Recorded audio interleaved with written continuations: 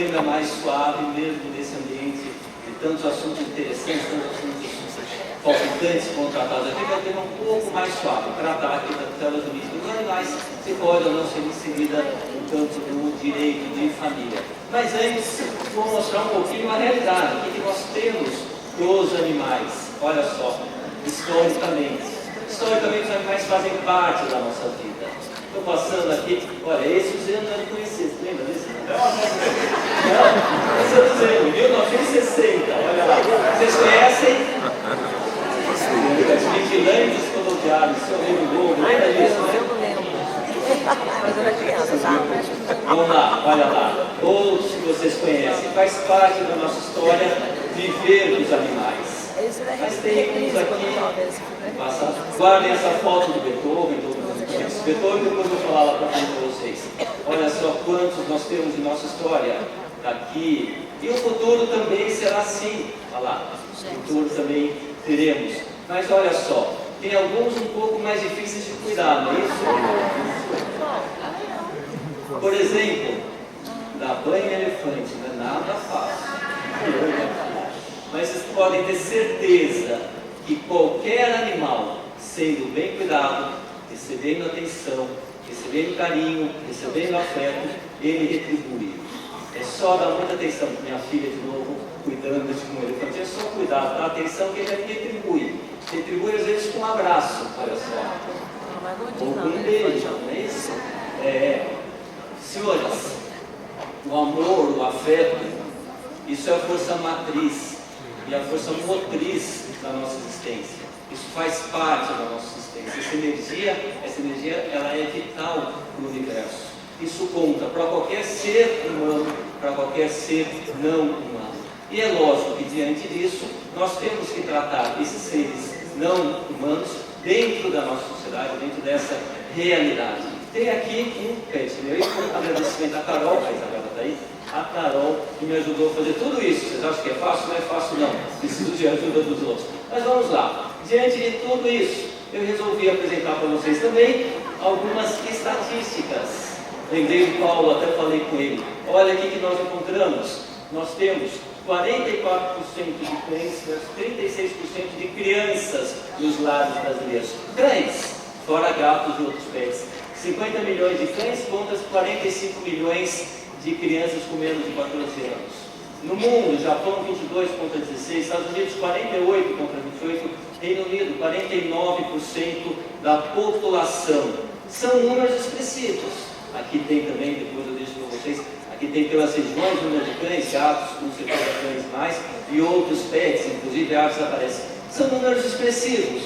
Daí vem aquela pergunta, isso será tratado como questões de direito de família? Lógico. Se nós temos uma estatística dessa, essa é a nossa realidade, nós temos que tratar esse assunto, esse tema, como dentro do direito de família. E vou trazer para vocês aqui algumas questões que envolvem todo esse assunto. Não vou falar da decisão do Supremo Tribunal de Justiça que fala, os animais de companhia são sencientes, são dotados de sensibilidade. Isso já está pacificado, já é uma orientação, já tem diversos acordos precedentes nesse sentido. Teve mudança, inclusive, olha só, Código Civil francês, em 2015, teve alteração legislativa exatamente para considerar esses animais domésticos, como seres sencientes. Então isso é muito importante e esta é a nossa realidade hoje. Daí eu trago algumas curiosidades. Por exemplo, Piauí, tem aqui a bancada do Piauí, com certeza. Tive notícias de que lá já foi feito o primeiro registro de animais de estimação em cartório. Outros estados também. Brasília também. Isso, eu ia falar outros estados também, Brasília também, tem mais uns 3 ou 4 que tiveram essa situação. Outra, passaporte. Olha que curioso. Passaporte. Os pets já têm passaporte? Sim, nós temos passaporte. Em São Paulo, nos últimos 3, 4 anos, de 40 passaportes emitidos pela Secretaria de Vigilância, subiu para 200 passaportes emitidos.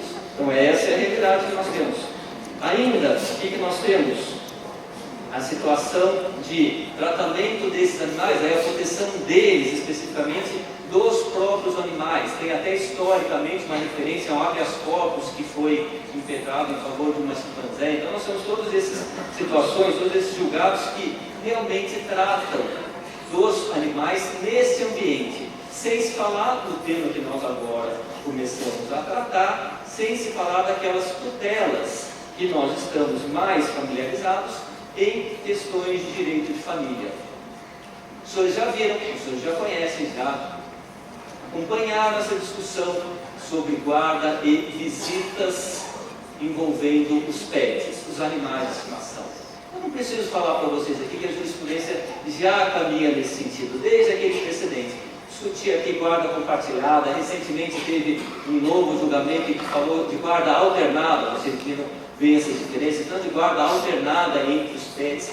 Mas eu tenho uma certa cautela. Eu, particularmente, prefiro falar de custódia, da custódia do animal, custódia compartilhada, como é a orientação do STJ, a orientação de vários escritos. Eu prefiro nesse sentido. Prefiro falar também de tutela de convivência, não de visita. Aliás, para as próprias crianças, no modo geral, eu prefiro colocar em petições da convivência paterno-filial, não da visita do pai ao filho. Eu acho que não, o pai não visita o filho.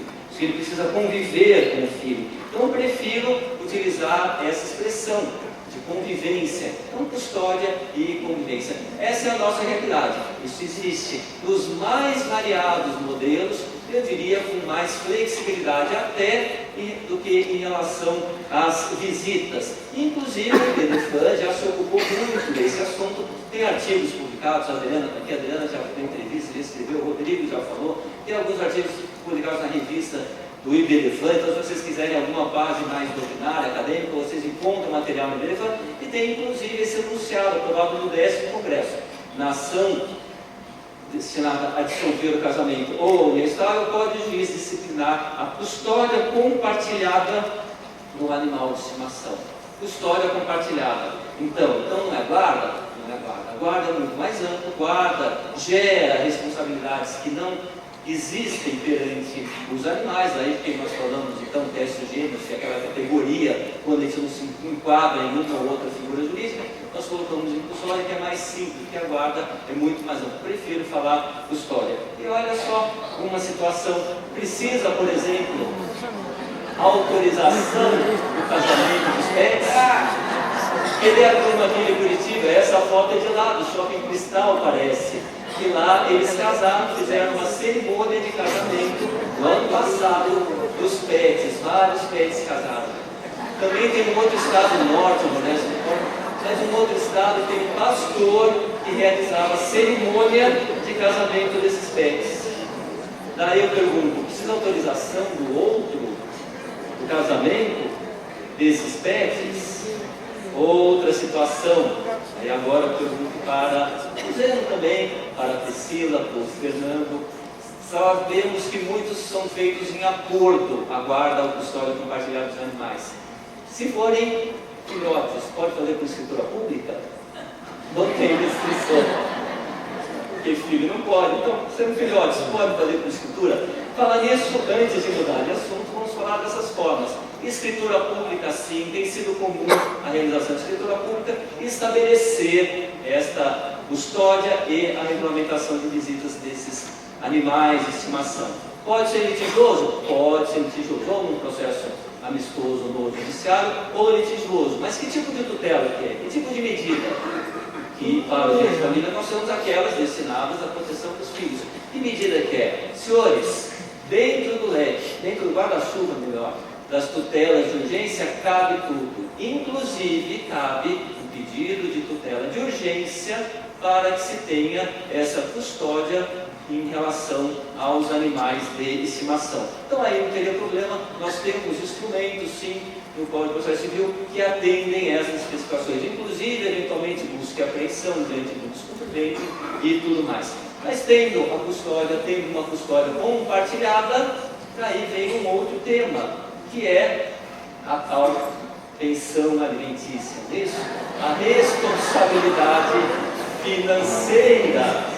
Se antes nós utilizávamos os filhos como moeda de troca, agora, um percentual muito maior, senhores, nós temos os pets como moeda de troca, não é isso?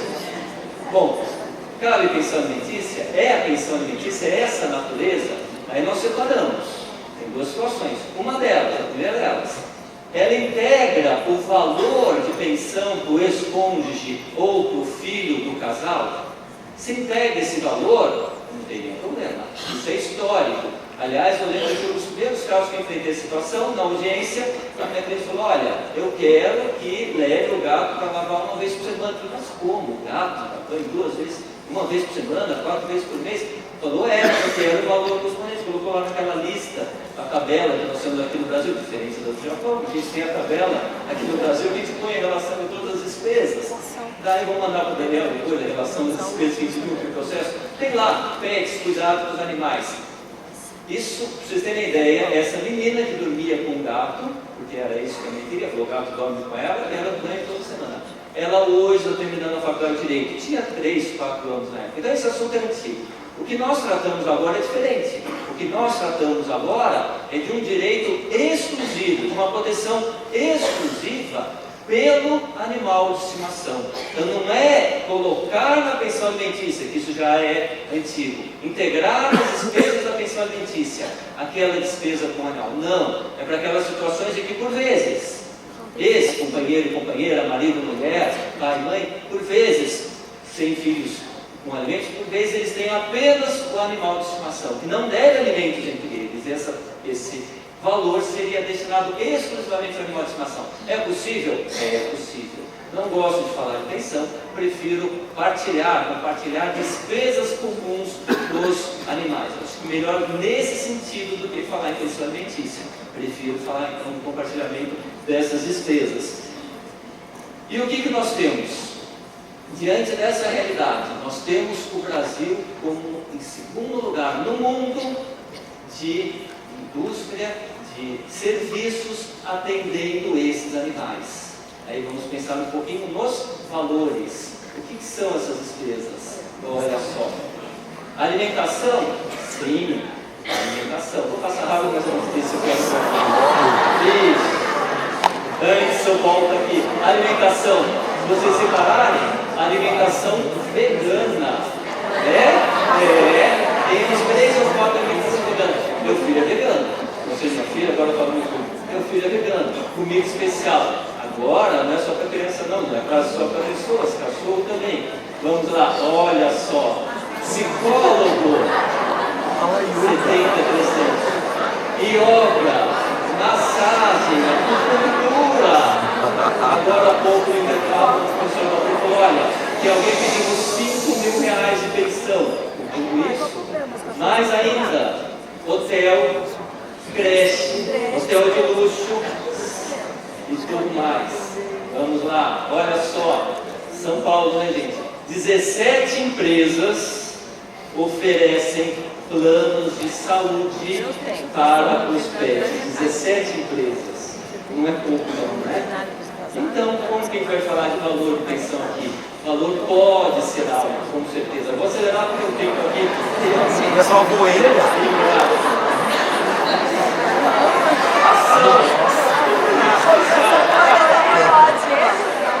Vamos lá. Ação especial. Já viram a minha resposta aqui não? Obrigação dos avós. Obrigação dos colaterais.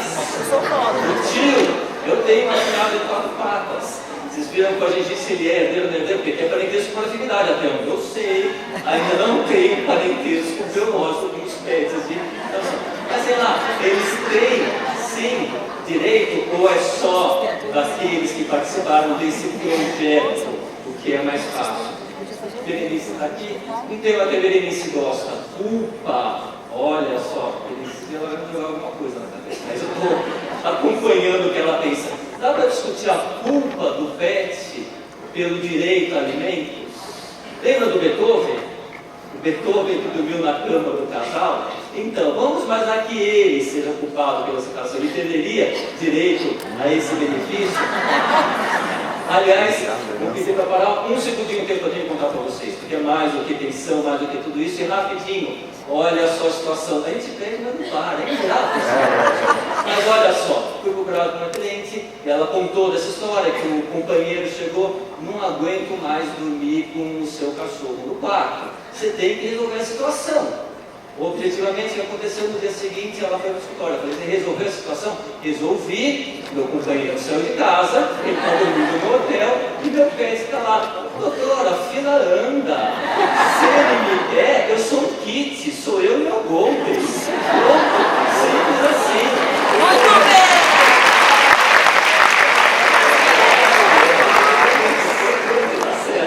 Mas olha a preocupação dela. Não é essa de pensão, mas você está preocupado com pensão, com tudo? Ela falou, não, doutor, eu já procurei com o doutor Google, não que a concorrência do advogado. Eu já sei, ele não vai querer visitar, porque se eu tiver que visitar, ele vai ter que pagar a pensão alimentícia, eu só achei que ele não vai querer, porque ele não tem condições. Minha preocupação é outra. Qual que é a sua preocupação? A minha preocupação é que eu quero, olha só, eu quero uma medida cautelar urgente de restrição de aproximação dele ao meu cachorro. Olha como ele tratou meu cachorro, eu queria que expulsasse meu cachorro do quarto. E como ela diz, ela dorme na cama do Golden, não vou poder cama. Isso é um absurdo, eu tenho medo dele atropelar meu cachorro. Então eu queria, tal stalk, né? Existe, olha quanto você stalk, perseguição para cachorro, né? Tem proteção, alimentos, guarda, olha, isso é pouco perto do que a gente vê na nossa realidade.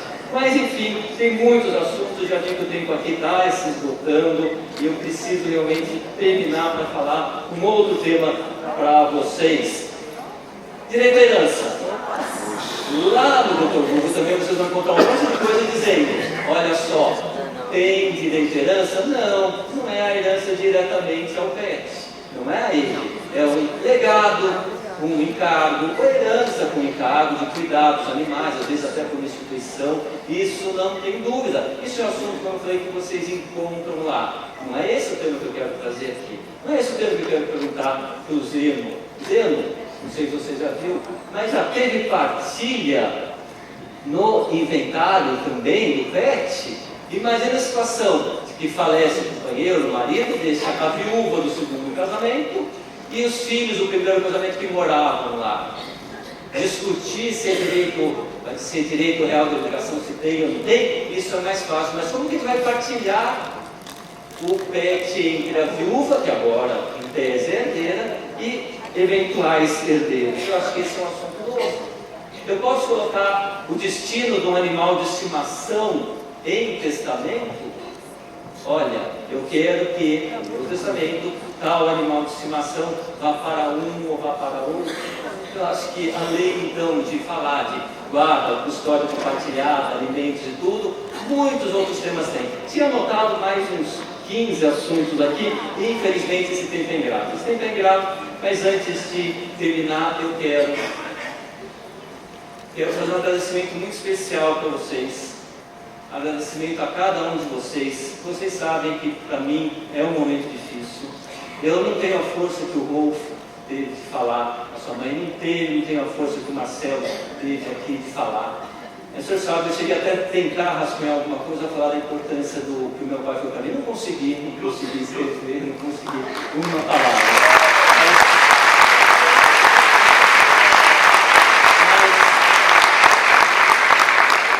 O que eu quero é realmente fazer um agradecimento, um agradecimento muito especial aos que lá tiveram, aos muitos que mandaram mensagens carinhosas, aos muitos que aqui estiveram e que falaram comigo uma palavra, um gesto, um silêncio, mas com um abraço profundo.